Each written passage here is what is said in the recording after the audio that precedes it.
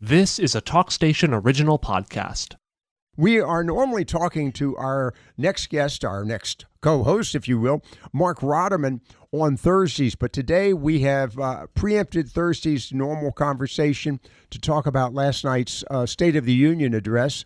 And Marc, before we get into a long conversation, we've got a caller standing by. But hey, I want to make you feel comfortable here. We'll be talking about the SO2. Actually, it wasn't the State of the Union. It was addressed to Congress. The State of the Union will be next year. That's true too. But he was invited by the Speaker, and I thought it was very appropriate that he did it. That's an interesting observation. And I thought it was one of Trump's best performances. Honestly, it was made for TV, and it was a command performance by the president. Well, we're going to come back to that in a moment. First, I want to go straight to a caller that called in. We're expecting Ernie in, and Ernie did call in. Ernie, I asked the question, what did you think of the speech last night and the whole program? So good afternoon to you. Your thoughts, sir? Yes, sir, but I want to answer your first question. What do I think about Democrats' response? Uh-huh. That was your first question. It was. Yep. I think Trump played them like a fiddle. He intended to provoke them, and they showed their behinds with their stupid antics. That one loudmouth from Texas being rejected from the well, that's Al Green. Al Green, yeah. I put in several articles of impeachment against the president. Right. Here's a little side note and fact point on that, Ernie. The young gentleman that had brain cancer is from Al Green's district, and he couldn't even stay to applaud that child. That's just disgusting. But I'll give that old guy some slack because he probably has some aging problems, and he's just... You're being kind, but go ahead. Okay. I'm being kind. But all right. Trump knew what he was doing. He had it all planned, and they showed their behinds with their sitting on their hands and their stupid paddles. They remind me of a bunch of old geezers at a farm auction. I like that. All right, keep going. But Trump didn't cover any new ground. He just reiterated his accomplishments and his plans for the future. And I think I wouldn't agree with that. I think he plowed new ground, and he also it was a command performance. I think, Ernie. Absolutely, it was a commander-in-chief is. And it's really the contrast between he and Biden. That is stark. And the 9 yards of it is he hit his marks. He knows where he wants to go. 76% of the American people approved of that speech, according to a CBS poll. 69% according to a CNN poll. Wow! It was widely received, even by a lot of Democrats. The problem for the Democrats is right now is they have no leadership, they have no ideas, and this 60s resistance stuff that they're trying to bring up isn't working. And frankly, they don't have, they're using playbooks that just don't work anymore, and they have nobody coming up. And then if you look at the people who are leading them, a lot of them are in their 80s, and they don't have any gas left.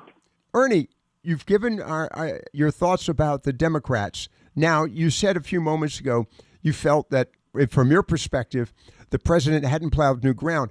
What do you think this speech did for the average American taxpayer? Were they the recipients of it, do you feel? I think he's tried to reassure us that there'll be some temporary pain with future pleasure, right? And he was very honest about that. And I think some of his tariffs and stuff are going to hurt for a while. And as far as grocery prices and commodity prices, it is what it is. It's supply and demand. And the only thing I didn't like was Trump blaming the egg price problem on Biden. It's the bird flu. Well, it is, and yeah. Other than that, that's my only criticism of the whole speech. It was absolutely a command performance, as Marc said. I did appreciate the fact that the president had an opportunity to at least acknowledge that in 40 days, much of the challenges that we've been facing actually had been building and occurring and actually been created over the previous 4 years. If not, I would go back even 16 years. But your thoughts on Ernie's remark about the egg prices? Well, I think that was a very astute comment by Ernie. And by the way, I think President Trump was smart to bring it up. You can't turn the economy around in 40 days. And he's basically been left with a recession. And, you know, when you talk about the price of eggs, you had 166 million chickens killed because of bird flu. Right. But by and large, I think he can turn things around, but it takes time, and I think it could take a year. That's why they're pushing for the tax cuts to be done no later than July 4th, so they have time to kick in. His economic program has to have time to kick in. And I think at the end of the day, the tariffs won't mean much because I think he's using those tariffs as a negotiating ploy, particularly with Mexico and particularly with Canada on the fentanyl issue, because over the last 3 or 4 years, we've lost about 350,000 Americans between 18 and 35 who have taken those pills and have OD'd and died. Uh-huh. And so I think that Trump is using the tariffs, frankly, as a stick and in negotiation. But what we're seeing right now with Trump, I thought last night was almost like Reagan's City on the Hill speech. He hit his marks. He told stories, American stories. His rhetoric wasn't soaring. What he was doing was bringing the American people into the conversation with stories about the child who had brain cancer who wanted to be a policeman, and it was a very touching moment. It was when they gave the Secret Service agent who was with Trump when he got shot in Butler, gave the child a badge. I thought that was a very touching moment. When he talked about Lake and Riley, I thought that was a very touching moment. When he talks about an 80% issue of we don't want boys playing in girls' sports, that's an 80% issue. People get that.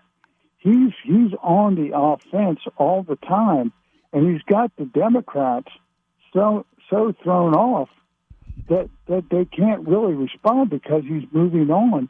I mean, last night they announced that they got the main terrorist who killed or helped plan and kill our soldiers in Afghanistan. Right.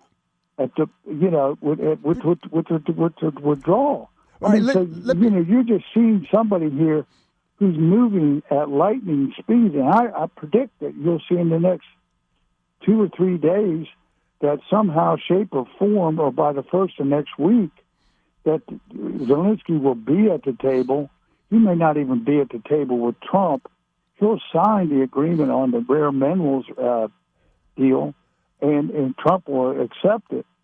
And I think you're going to then have a partial or a permanent ceasefire with Russia. People don't want to spend billions of their hard-earned tax dollars, at least $200 billion, for a war far away that has no good outcome. Right. I think Trump's onto that. Okay, Mark, so many things you just brought up. We're going to touch on a few of them before we go to the bottom of the hour break. The women in sports issue, let's talk about that for a moment. In light of the fact that it plays well with middle America, every family that has children in sports, boys in boys sports, girls in girls sports, they watched the Democrats sit quietly when that topic came up. Your comment about the fact that the Democrats have no game plan, they ignored the president's call at least once, actually 2 times, saying, join with me, join with the with your peers across the aisle. Let's work on basically he was saying, let's work on some common sense values. And they didn't do it. The American people don't want to be told that their kids have to be transgendered and they don't have any right to be involved in it when the schools get involved. and they don't want their girls in locker rooms or their daughters in locker rooms with men. That's just as simple as that. Right. And it's, and it's a cultural thing. And by the way, how did we ever get to this point? I mean, it's absurd in the face of it. And the American people and the people in the Midwest and the average middle class family understands this. It's only the elites on the West Coast and the East Coast that think this is a good idea, and it's failing. And it's not something that it's something that impacts them. But when you talk about the economy and other things, they're not focused on that. They're focused on the Democrats, the left, on these far left issues that America, middle class, can't relate to. In light of the fact that members of Congress are beginning to feel the heat as a result of DOGE and other activities, and particularly Ukraine, and of course the president's awareness now about a war that seems at this point not to have an end, and it concerns him greatly. He does not want, he would like to see peace in the world. I don't understand why that is such a terrible thing from the perspective of Democrats, but apparently it is. But here's my question. His speech last night, will it strengthen, and does it strengthen, the Republican cause, the Republican support? Oh, yeah, I think it strengthens it greatly. And if you look at the reactions, as I was talking about the polls earlier, I mean, 76% in the CBS YouGov poll approved of the speech. Even CNN's polls, which are very, very biased, had it at 69% approval rating. I think it sets the agenda, sets the table for the midterms. Usually the president, the party that's in power, and the president who's president loses in the off-year elections. I don't think that's going to be the case in the House or the Senate next year. I think that they'll actually grow the majority. I think there's a move towards populism in this country that's moving very quickly towards Trump's agenda, and I think that people are buying into what's transpiring. And I think there's a lot of folks who are much more optimistic than they were even 3 months ago when Joe Biden was at the helm. I really do think things are going to change. It is going to be a lot based on economy. I think they have to get their program through, particularly on tax cuts and cutting regulations. With DOGE, I think people really do want to see the size and scope of government cut down. And I think it was very smart for the president last night to articulate what's transpiring with all these programs and where the money was going for sex change operations in Guatemala and that sort of thing. And, people receiving Social Security, they're 160 years old. And I thought when he said to Bobby Kennedy, Bobby, we must be doing pretty well because look how old people are living. I thought that was a good statement. I really do think that's probably the best political speech and report card I've seen since Reagan in the early 80s. The other aspect of this, we've seen, again, 45 days of activity nonstop, communications with unfettered access to the President Donald Trump. You mentioned his predecessor, and I just have to digress for a moment. Pardon me. It's, as my wife would say, quick, squirrel, because another thought just crossed my brain. Here we've got Jake Tapper writing a book about the cover-up related to the condition of President Joe Biden. I just think it's fascinating that Jake Tapper is the one writing the book on original but they had him on tape, Lockwood, saying that he's cognitive and he's doing great. And he's running circles around people. No question. And now he's writing a book that said he knew all along that the guy wasn't up to task. I mean, it's absurd in the face of it, what's going on. But I think Trump has a lot of challenges. There's no question, and it's not going to be all green pastures, and he's going to have some defeats. But I think I've never seen the Republican Party as disciplined as they are now with President Trump at the helm, and they're taking the lead from him. I mean, think about it. In 45 days, he's secured the border to levels we've probably never seen ever. I mean, you had 245 people last week trying to cross the border in El Paso compared to 10,000 or so a week or whatever it was under Biden. I mean, they have moved very quickly. And I'll say this. When you get a New York Times article that says it's people, the cartel members of the Sinaloa cartel, the people that are running it are worried about their own safety, he's put the fear of God in the gangsters in Mexico. But wait a second. You sure that wasn't done by Joe Biden in the previous administration? Tongue fully firmly in cheek on that one. I mean, really, what is the difference? And therein, one of the differences, honestly, is designating them as terrorists. And if you think about it, the poison they're putting in the country, the terrorists, I mean, ISIS and Al Qaeda, they did kill the 3,000 people on September 11th. But when you have 300,000 in the last 3 or 4 years, people died here. That's directly related to the cartels that are poisoning this country, and they're sending it in. And that's just got to stop. No question at all. The thing that is fascinating is, and again, the report card last night and the speech, I thought that was what was difficult to his opponents. And I'm not just going to say Democrats, to his opponents. I think there are Well, let me make just a couple observations. Sure. It's traditional that the Democratic leadership go down the aisle with him and walk him in. They refuse. Schumer and Hakeem Jeffries refused to do it. The minority leader of the Senate and the minority leader of the House refused to escort the president.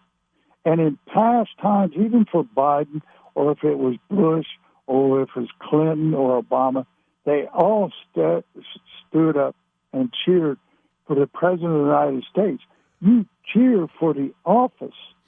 And when you have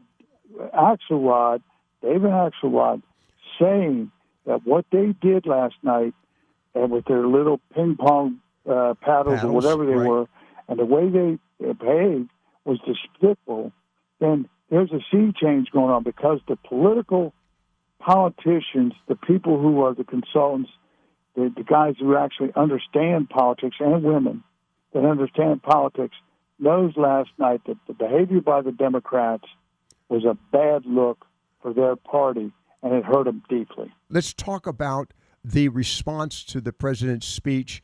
Anything that came out of her remarks that resonate with a new goal or procedure for the Democrats, or is it just a matter of the same old, same old? Well, it was the same old, same old. And first of all, it was a hard act to follow. And it's a hard act for anybody to follow after you have the Congress and the House and Senate there. And I'd say that probably the viewership of that was slim and none. And I think people turned that off after, or tuned it out. They tried to. Look, she won in Michigan. No question about it. She's got a good background. She was, I think, a CIA analyst at one point. Yes, she was. And she won Michigan, and Trump won Michigan. But she is not the person that's, going to come to the forefront. I think the Democrats, if they have any hope at all for 2008, it's going to have to be an outsider. It can't be from the Democratic bench that they currently have. Okay. Before we go to the break, let's go to John in Mill Creek.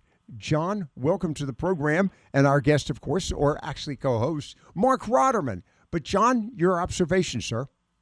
Hey, Mark and Lockwood, I got a quick observation. There's a quote a famous Democratic leader said a few years back, just pass the bill and we'll see what's in it. And I think they need to apply that to all bills from this day forward. Yes. That was a famous quote. Let's just pass it. By Speaker Pelosi. Yeah. All right, I'll tell you what. John, that's an excellent observation. That segues beautifully in the next conversation we're going to have with Marc. What I want to know is, what is the impact of this on the continuing resolution? What should we look for? But John, very good point. Oh, but John, before I go to the break, What was your opinion about last night's speech? The speech was good. I think J6 Cells needs some visitation by that gentleman from Texas and his co-conspirators. I think Nancy and Hakeem Jeffers should be right there with them because I think it was a planned setup. The question I have is the budget, and that's coming up March 14th. The curtain closes or falls or whatever. On the continuing resolution. Yeah, well, I think the holdup right now in the House is that the Freedom Caucus wants some of these identified DOGE cuts in the budget. So they want some of these programs that they view as outlandish, a waste of taxpayers' money. They want that in the budget. Speaker Johnson says that's not going to happen right now. But, they only have a 2-vote majority there to get something through. So I would suspect they'll come to some sort of agreement. But, why find all this stuff and not put it in the continuing CR? Because it can get passed in the Senate. I mean, as you rightly pointed out off air, we're still dealing with Biden's budget. Right. Through these continuing CRs. That's correct. We are. And that's something that is still bothersome to me. All right, with that said, and of course there's been some concern about the leadership in both chambers. That is Senator Thune, who's the Senate Majority Leader, and of course the Speaker of the House, Michael Johnson. I thought that the president nod to both Senator Thune, as he pointed him out in the speech, and also his sense of confidence in Speaker Johnson. And by the way, the Speaker did an excellent job with Al Green. I mean, he took control of that chamber quickly, and it could have degraded. Not to be confused with the singer Al Green. But that's true. That's exactly right. But Love and Happiness. Oh,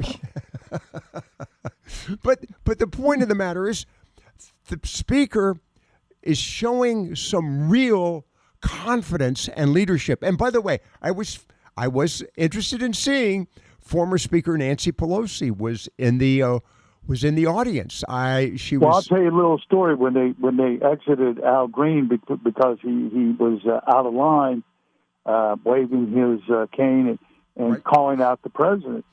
The Sergeant of Arms went to her for what to do.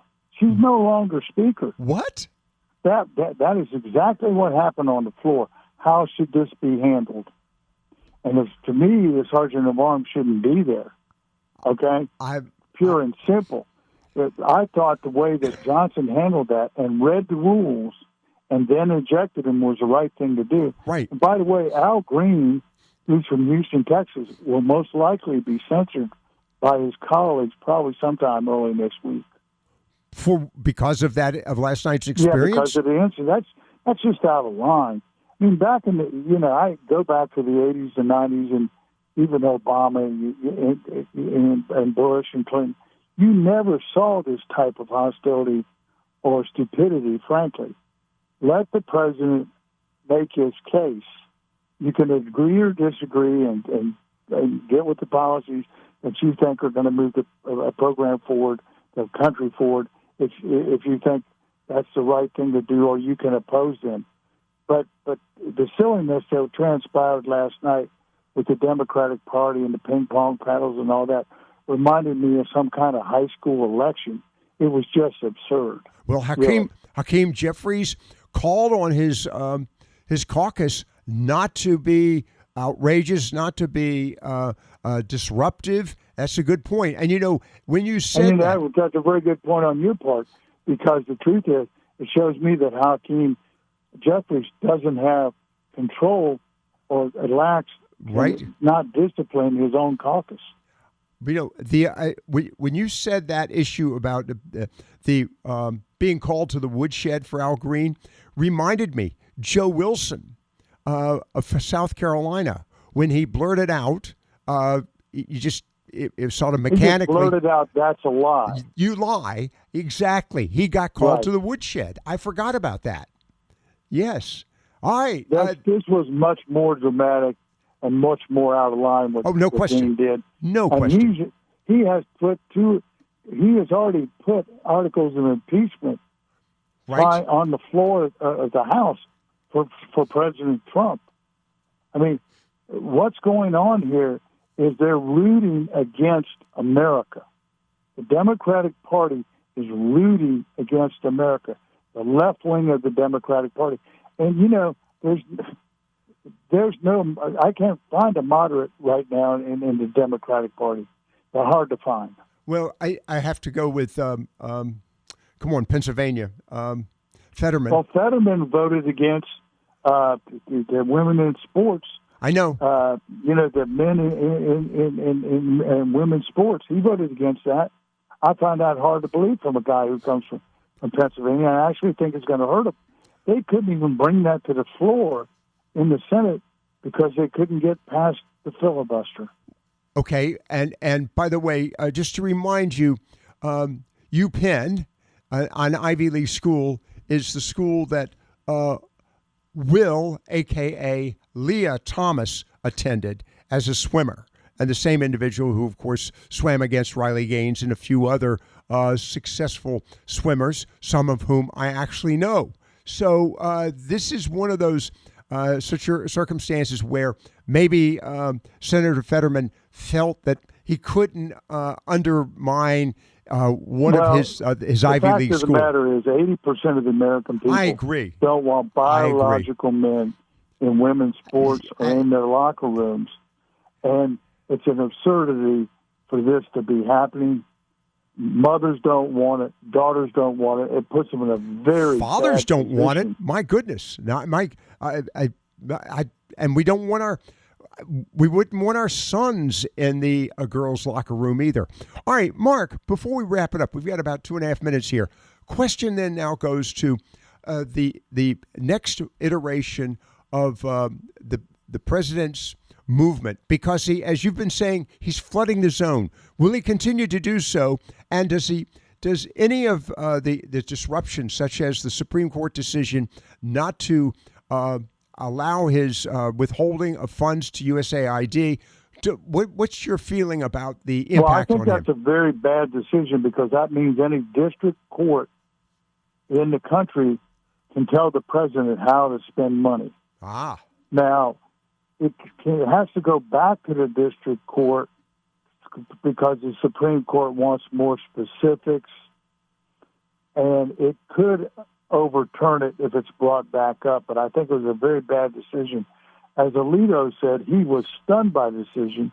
But you're now seeing Amy Coney Barrett and John Roberts vote with the minority on the Supreme Court, and I think that's a bad omen for conservative policy. I would really like to see them bring back the Impoundment Act and let the president be able to impound money as it was prior to Watergate, but they took that away from President Nixon during the Watergate years. Well, he has the ability. Now most of these agencies have to force the money out the door that's already been appropriated, to spend it and feel like they're obligated to spend it. Why not save it if they haven't spent it at the end of the year? All right. Obviously, we're coming up to mid-year elections. That'll start being a topic of discussion, I think, in very near order. With 30 seconds to go, do you see the Republicans having the strength to stand firm? I do, and I think they're firmly behind. I think what you have is a shift in demographics, with people being more populist. They want less government. They don't want illegal immigration.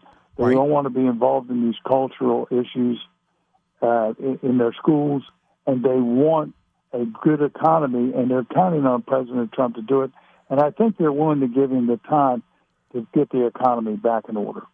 All right. Marc Rotterman with us this afternoon. And Mark, I have to say, the speech last night, the interesting thing, the efforts to fact check him have failed miserably, and they continue to fail. We'll be talking with Mark next week as well. We'll have more, a lot more. Mark, as always, thanks for being with us. Yes, sir.